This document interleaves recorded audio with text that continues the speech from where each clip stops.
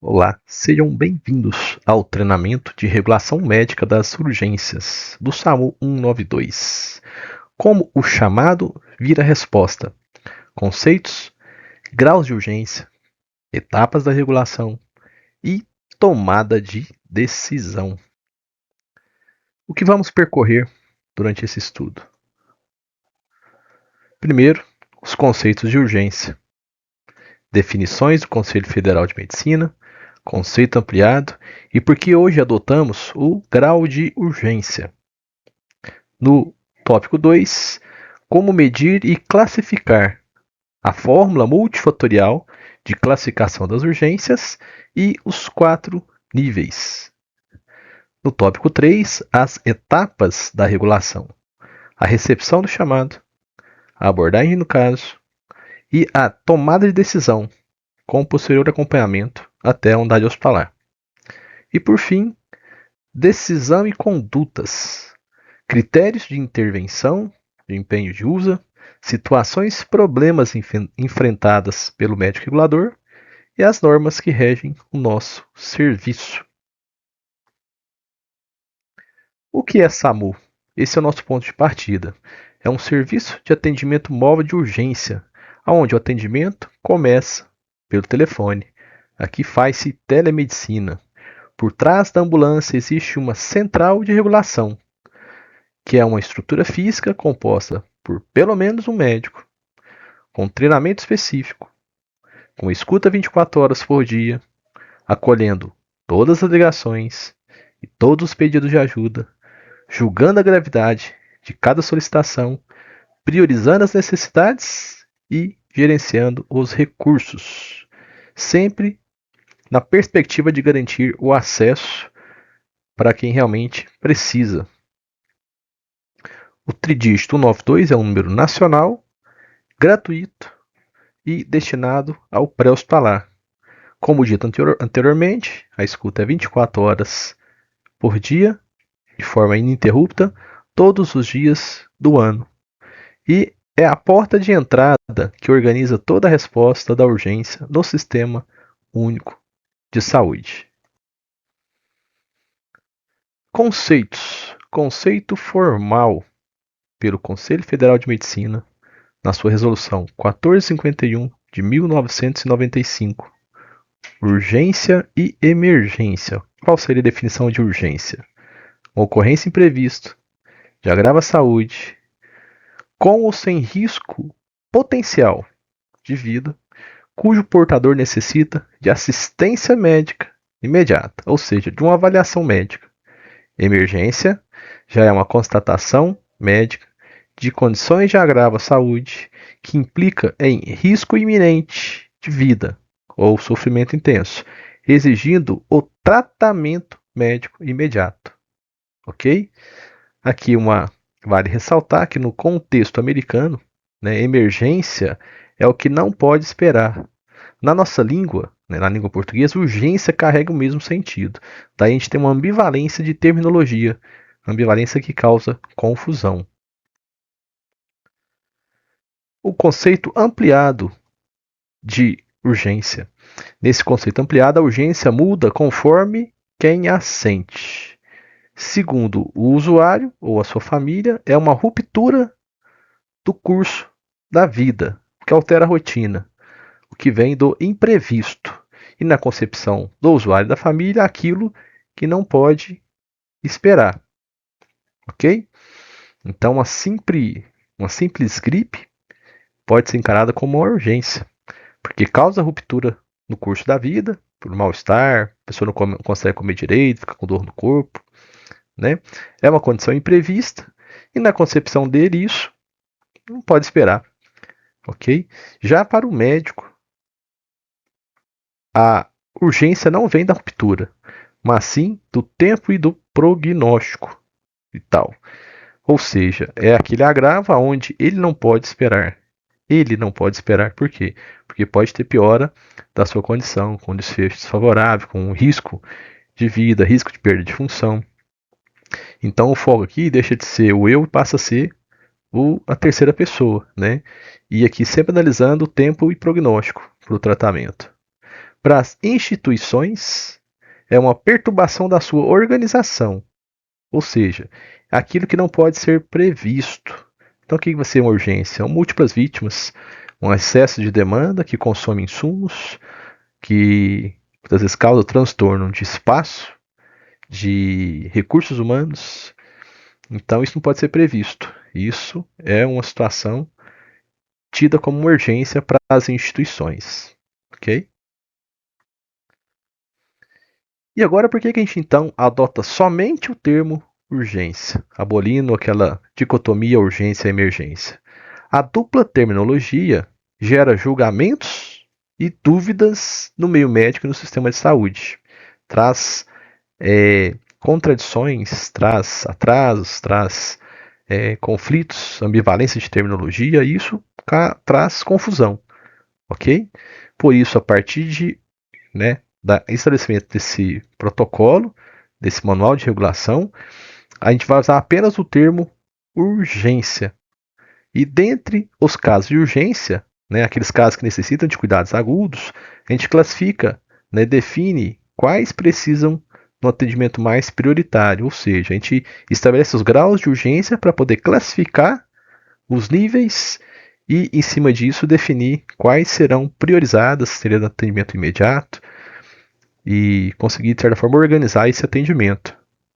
E aqui o importante, depois dessa definição, é que muda-se a forma como a gente avalia essa abordagem da urgência. Então, esse imperativo da necessidade humana orientando e agora definindo prioridades e não mais atendimento por ordem de chegada. Então, por uma necessidade de orientação e de definição de prioridades, e a gente vai cria-se o grau de urgência e os níveis de urgência, e a gente não mais atende por ordem de chegada. O que acontecia muito nos pronto-socorro de antigamente? Então, a pessoa chegava primeiro, ela é atendida primeiro, e muitas vezes pacientes com condições de agravo agudo de saúde, que com risco de vida iminente ou potencial, ficavam esperando, e muitas vezes morriam nas portas das recepções dos hospitais, enquanto pessoas de menos gravidades, porque chegaram primeiro, eram atendidas de forma prioritária. Então, que antigamente a ordem de atendimento era por ordem de chegada. Tá? E traz uma terminologia interessante, que é a urgência urgentíssima, que tem na nossa língua portuguesa, ou seja, aquilo que não pode realmente esperar. Então, a partir disso, a gente consegue atender de forma mais equânime, e de forma mais justa, tratando os desiguais de forma desigual, ok? Então, tratando com prioridade quem realmente precisa do atendimento prioritário. A fórmula, então, essa variação multifatorial, então, para definir esse grau de urgência, a gente tem vários fatores que nos traz a raciocinar sobre essa classificação dos níveis e dos graus de urgência. Qual que é essa fórmula? A fórmula é justamente essa aqui, tá? Que é a fórmula de U, que é o grau de urgência, tá? G, que é a gravidade do caso, o A, que é a atenção, ou seja, os recursos necessários para tratar desse agravo, o V, que é o valor social envolvido, e o T, que é o tempo para início do tratamento. Como que a gente consegue relacionar essas variáveis aqui? Que o grau de urgência ele é diretamente proporcional à gravidade, ou seja, quanto maior a gravidade do agravo, mais urgente se torna. Ela é diretamente proporcional à atenção ou aos recursos necessários para tratar, ou seja, quanto mais recursos eu preciso para tratar do agravo, mais urgente se torna. Isso tem um impacto importante nas transferências, Muitas vezes a gente está no local sem recursos, então essa necessidade de transferência pela falta de recursos é de forma muito decisiva nessa determinação de transferência. O V, que é o valor social envolvido, então algumas situações geram comoção, e isso de certa forma traz uma urgência no atendimento desses agravos, por mais que às vezes a gravidade seja baixa, no entanto, pelo valor social envolvido, o grau de urgência, a necessidade de atendimento de forma prioritária nesses casos, é bem decisiva. E o tempo, né, que é a variável que está aqui no denominador, ou seja, quanto menor o tempo para tratar do agravo, aqui entra as situações que eu tenho janela terapêutica, que é o AVC e o IAM, né? Então, o AVC e IAM, eu tenho janela terapêutica. Então, quanto menor o tempo para iniciar o tratamento, mais urgente se torna esse agravo, ok? Então, os 4 fatores aqui agora especificados um a um, né? Então, especificados um a um esses 4 agravos. A gravidade, como dito, muitas vezes ela pode ser já estimada ao telefone no primeiro contato do TARM, certo? Muitas vezes ela consegue ser entendida por perguntas objetivas ao paciente, né, ou ao solicitante. Então, um questionário direcionado, né, nessa primeira abordagem da ligação, você já consegue definir a gravidade. Se torna mais simples quando essa ligação é nas transferências, porque é um profissional médico passando informação para outro profissional médico, né? A atenção, que é a quantidade de recursos, né, necessidade de recursos adicionais para início do tratamento definitivo, inicial e definitivo, na verdade, né, para o tratamento inicial e para o segmento do tratamento, e é um subfator extremamente importante nessas transferências de paciente. Como eu disse para vocês anteriormente, o paciente que está numa cidade, num município de menor recurso, então, para iniciar o tratamento dele, né, para aqueles agravos que precisa de maior recurso, um exemplo aqui para deixar mais prático, a questão do infarto com supra. Você precisa de um setor de hemodinâmica, né, de especialista em hemodinâmica. Então, você não tem isso na cidade pequena, no interior. Então, isso é um subfator que determina a transferência desses pacientes de forma prioritária, aumentando o grau de urgência, pela ausência de recurso na origem. O tempo, que é uma outra variável importante, né, que é o tempo necessário para início do tratamento.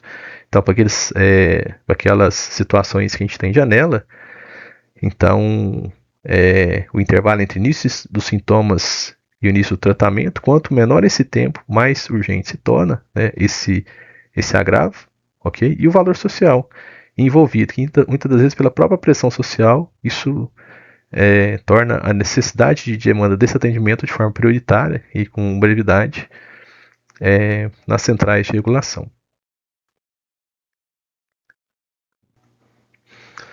Então, dando seguimento, a classificação das urgências em níveis, então aquela forma nos ajuda a definir esses níveis, né? Então, em cima daquelas 4 variáveis, a gente classifica em níveis as solicitações de urgência. Então, a gente tem aqui no nível 1 as prioridades de nível absoluto, prioridade absoluta, né? São aquelas situações que o risco imediato, iminente de vida, né, ou perda de funcional grave, o atendimento tem que ser imediato, ok? Né? Então, são as urgências de prioridade absoluta. Já as urgências de prioridade moderada, nível 2, o atendimento médico, ele vai ter que existir, mas não necessariamente de imediato, né? Mas dentro de poucas horas. Já no nível 3, as prioridades baixas, né? Existe a necessidade sim de avaliação médica, mas não tem risco de vida, não tem risco de perda de função, e ele pode aguardar várias horas, ok? E a prioridade mínima é um conselho por telefone, orientação, na verdade não tem necessidade muitas vezes de atendimento, né, pelo SAMU. Faz o acolhimento, mas não vai ter, muitas vezes, nem em algumas situações, o atendimento médico, né, quando é só uma orientação, um telefone, da unidade de saúde, ok? Então, a prioridade absoluta, classificada como ocorrências vermelhas, né, pelo risco iminente de vida, as moderadas, né, o atendimento aqui é imediato, as moderadas classificadas como amarelo, tem que ter um atendimento médico, porém dentro de poucas horas, a prioridade baixa pode aguardar várias horas, né, e não tem risco de vida nem perda de função, e a prioridade mínima somente as orientações.